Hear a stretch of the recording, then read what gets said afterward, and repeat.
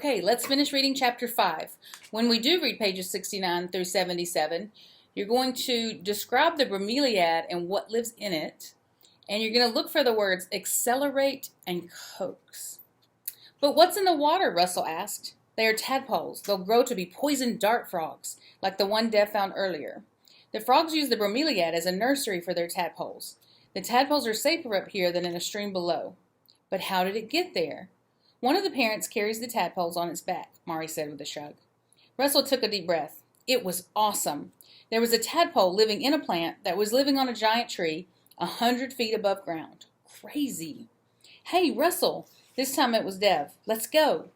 Russell rushed along the stirrup obstacle. It was like a string of 6 swings, all dangling from the same wire. It wasn't long before he'd caught up. When he did, he realized that they were at the end. The only obstacle left was a zip line that would take them all the way from the treetops to the ground. Mari stared down, her front teeth digging into her bottom lip. It's not that bad, Dev told her. It's all based on gravity, and you're light, so you won't accelerate as much. Probably 60 miles per hour, tops. Mari's teeth dug deeper. Sage turned to Russell. You should go first, she said with her usual authority. He nodded.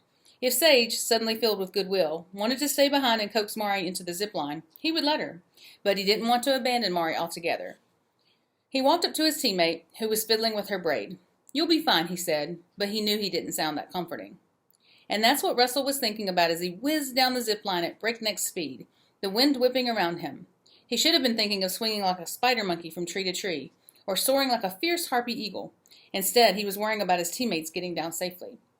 That's when he saw something in a clearing. It appeared man-made, but it also seemed like it belonged in the forest, like it had been there forever. It looked like the combination of a stone cross and an ancient tree. He stared at it until it disappeared from view.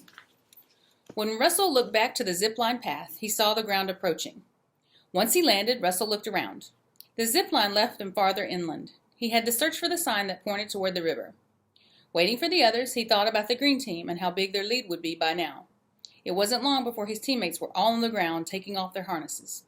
The new clue came in, Dev announced, holding up the ANCAM.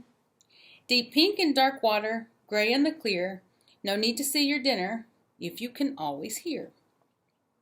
Well, that's another winner, Dev said. I don't know what it is, but it says something about the water, so I think we should go back to the river, Sage announced. We'll figure it out on the boat. She headed toward the path to the dock. Dev glanced at Russell and Mari, then followed Sage. Wait, Mari said, almost in a whisper. Russell was the only one who heard her. I've almost got it, she said. She pressed her fingertips into either side of her head. Wait, you guys, Russell called. When he looked up, he realized Dev and Sage had already turned down the lush forest path. He could barely see them. You guys, wait a sec. He glanced back at Mari, who was still deep in thought. Just as Sage and Dev came back around the turn, Russell heard a low rumbling sound. What? Sage yelled. She didn't look happy.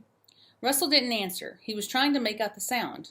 Then he heard it again. It was a growl, and now it was getting closer.